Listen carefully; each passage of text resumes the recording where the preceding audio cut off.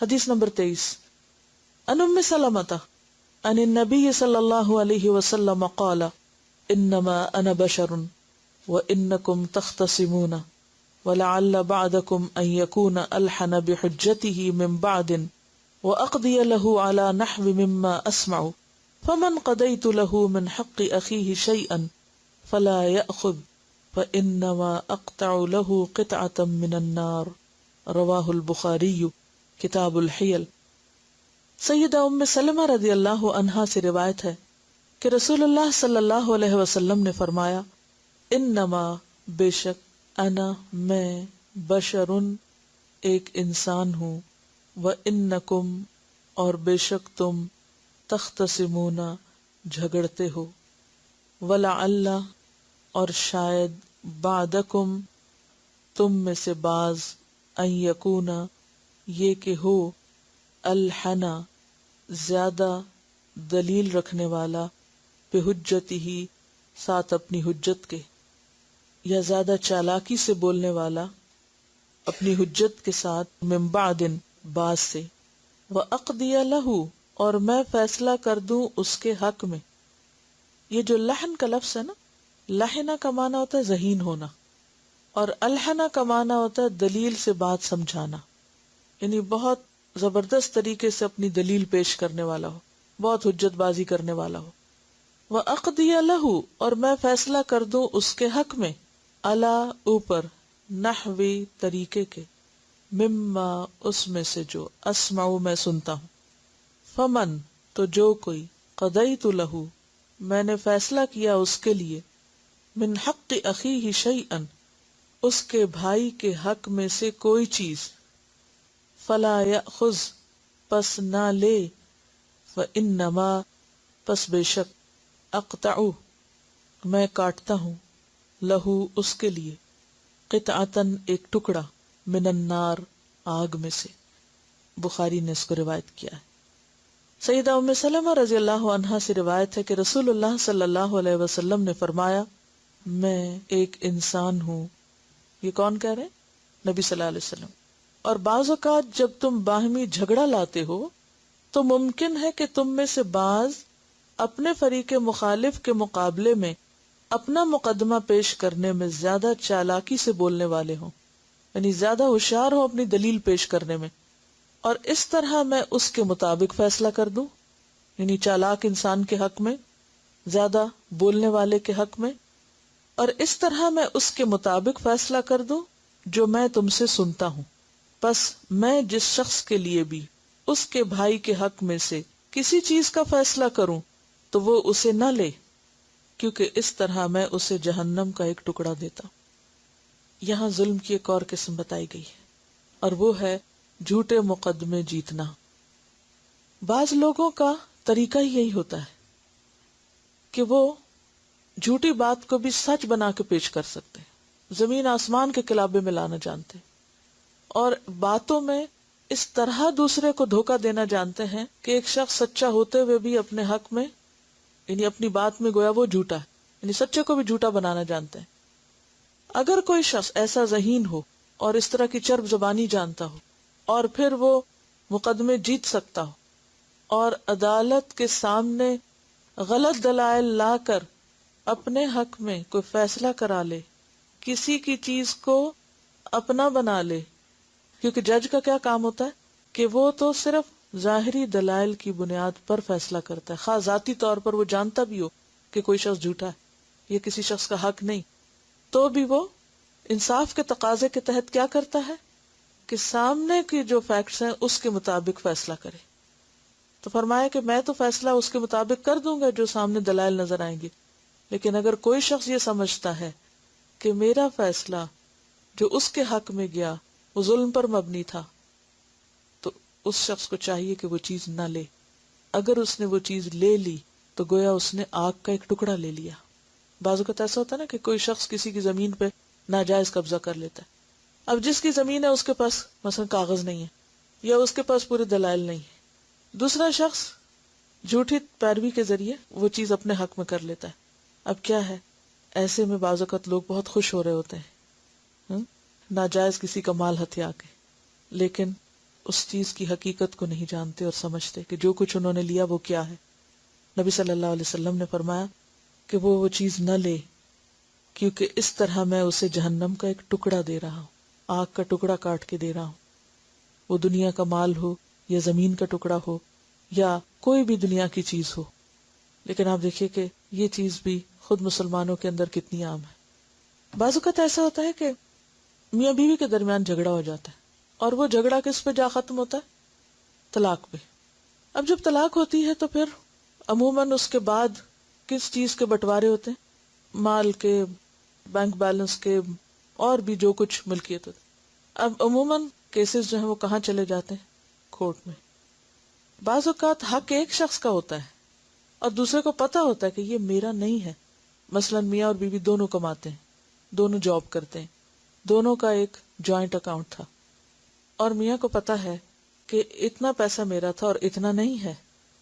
لیکن اگر وہ کسی بھی طریقے سے عدالت کے سامنے کوئی بھی جھوٹا ثبوت پیش کر کے یہ ثابت کر دیتا ہے کہ یہ سارا میرا ہی پیسہ تھا، یا یہ کہ بیوی کو پتا ہے کہ یہ چیز میری نہیں تھی اور میرا حق نہیں، اور کسی بھی قانون کا سہارا لے کر وہ چیز اپنے حق میں کروا لیتی ہے جو اس کی نہیں تھی، تو دنیا میں تو ہو سکتا ہے کہ ایک شخص ایسا مقدمہ جیتنے کے بعد بہت خوش ہو، لیکن اگر اس کو پتا ہے کہ کوئی چیز میری نہیں تھی اور میں نے ظلمن لے لی، تو وہ اس پر خوش نہ ہو بلکہ خوب روئے، کیونکہ اس نے اپنے لیے نفع کا سودا نہیں کیا، بہت بڑا نقصان کمایا، جہنم کی آگ خریدی. بظاہر دنیا میں کچھ چیزیں کتنی خوشنما لگ رہی ہوتی ہیں اور لوگ اپنے آپ کو بہت عقل مند سمجھتے ہیں دوسروں پہ زیادتی کر کے یا دوسروں کی چیز ہتھیا کے. ایسی کوئی مثال یا کوئی واقعہ کسی کو معلوم؟ السلام علیکم ورحمۃ اللہ وبرکاتہ. میرے ہسبینڈ کے ایک دوست تھے، تو وہ کسی جگہ کام کرتے تھے، تو اس کے مالک نے اس کو پیسے نہیں دیے 2 دن کے. کہتے تم نے چھٹی کی ہے نا؟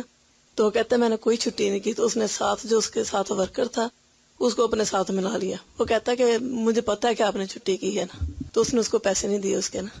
جی ہاں، بعض اوقات کسی کی اجرت روک لینا یہ بھی ظلم میں آتا ہے. یہ کسی چیز سے تو متعلق نہیں، لیکن میں سمجھتی ہوں کہ بعض اوقات جب ہم مشترکہ فیملیز میں رہ رہے ہوتے ہیں تو ایک جو ماں ہوتی ہے وہ اپنی بچے سے آپس میں لڑائی کر لیتے ہیں، تو وہ کوئی چیز لے لی، کسی کا کچھ کر دیا. تو اکثر اوقات ماؤں کو پتا ہوتا ہے کہ ان کے اپنے بچے کی غلطی ہے، اس کے باوجود بھی وہ یا جیسے کوئی چیز چھین لیتے ہیں وہ کسی دوسرے بچے سے، تو وہ لے کے بھی اور پھر چیز بھی دے دیتی ہیں ان کو، پھر اس کے بعد مار بھی پھر کرواتی ہیں یا ڈانٹیں گی زیادہ تھا کہ اس بچے کو ڈانٹ دیں گے کہ تم نے ایسا کیوں کیا تھا ساتھ، اور اپنے بچوں کی غلطی کو بالکل چھپا دیتی ہیں. لیکن اس کا نقصان کیا ہوتا ہے؟ اپنا بچہ جھوٹ پر، جرم پر، ظلم پر دلیر ہو جاتا ہے. جب ہم اپنے بچوں کی غلطیوں پر ان کو منع نہیں کرتے تو وہ پختہ ہوتے ہوتے کل کو وہی بچے ظالم بن جاتے ہیں. السلام علیکم. ہمارے ایک جاننے والے، میں انہیں جانتی ہوں کہ وہ کافی عرصے سے ایک کرائے کے گھر میں پاکستان میں رہتے تھے، اور انہوں نے کچھ سالوں کے بعد جو اونر تھے اس کے اوپر کورٹ میں کیس کر دیا کہ یہ گھر ہمارا ہے. اور اس طرح کئی واقعات میں نے سنے کہ جو لوگ کرائے کے گھروں پر خود قبضہ کر لیتے ہیں، اونرز کو نکال دیتے ہیں وہاں سے. اب دنیا میں تو رہنے کا ایک گھر مفت میں مل گیا، لیکن نتیجہ کیا ہوگا قیامت کے دن؟ جو چیز ہماری نہیں وہ دنیا بھر کی عدالتیں بھی مل کے اگر کہیں کہ یہ ہماری ہے تو بھی ہماری نہیں، وہ ہم اپنی جان پر خود ظلم کر رہے ہیں. السلام علیکم. یہ بہت پہلے کی بات ہے کہ ہمارے گجرات میں ایک مسجد بن رہی تھی، تو وہاں جھگڑا چل گیا. تو مالک مکان کہہ رہا تھا کہ تو نے میری جگہ جو ہے 4 فٹ زبردستی لے لی ہے کعبہ سیدھا کرنے کے لیے. لیکن کعبہ تو پہلے ہی سیدھا تھا. میں چھوٹی سی تھی، مجھے ابھی تک یہ حدیث پڑھی ہے تو مجھے یاد آ گیا، تو مجھے رونگٹے پہ کھڑے ہو گئے. تو وہ جو تھے نا مولوی صاحب غریب سے تھے، وہ مولانا احمد علی اس وقت زندہ تھے لاہور والے. ان کے پاس کے جا کے فتویٰ لے کے تو یہی حدیث انہوں نے سنائی آ کے مسجد میں نا. تو انہوں نے بولا کہ فتویٰ لینے تو آ گیا لیکن جا کے جرت کرنا ہے حدیث کو نا مسجد میں سنانا ہے.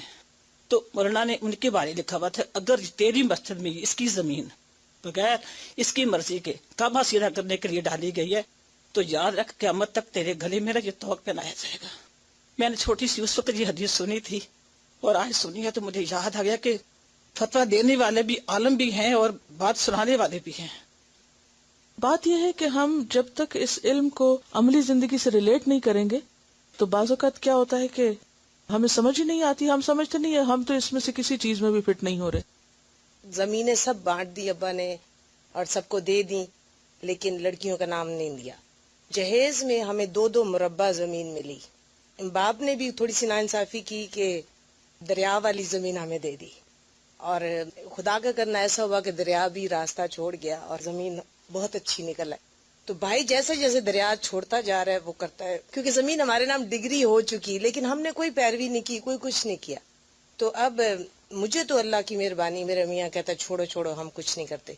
میری بہن کو ضرورت ہے تو میں کہتی ہوں کہ اس کو تو دے دو، تو کہتے ہیں نہیں نہیں وہ تو یہ تھا وہ تھا یہ تھا وہ. تو ابو میرے کو نظر نہیں آتا، پیپر سائن کروا لیتے.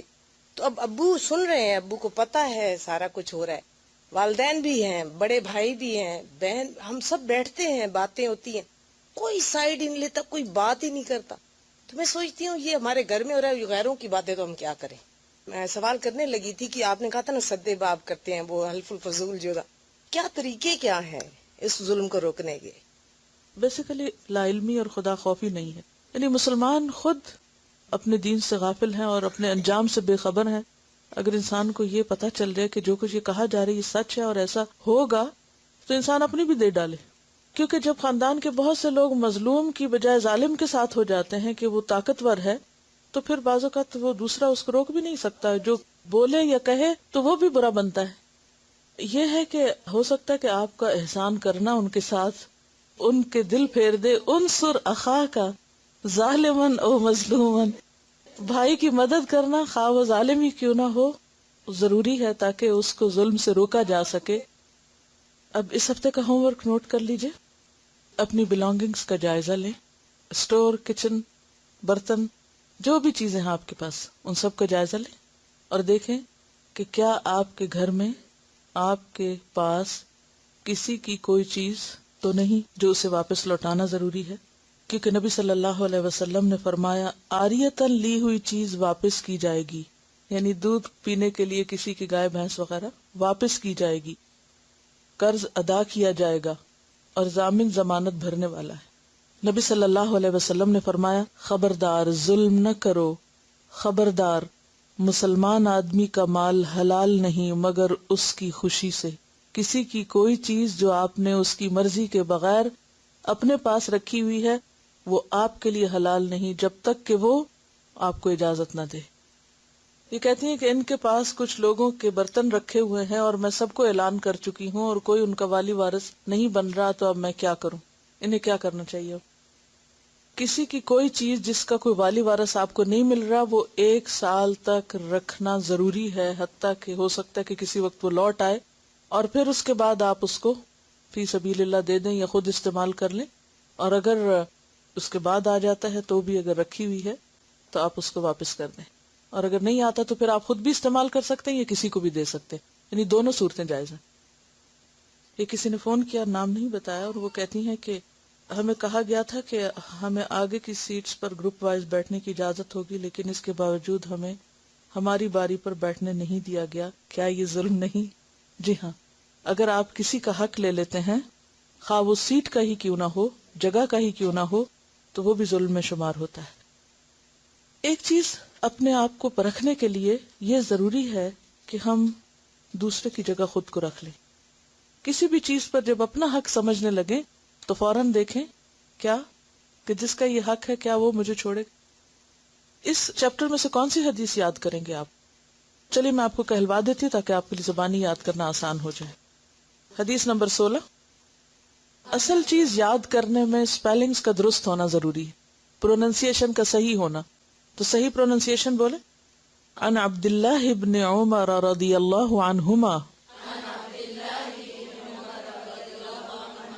عن النبی صلی اللہ علیہ وسلم قال الظلم ظلمات یوم القیامت رواہ البخاری کتاب المظالم.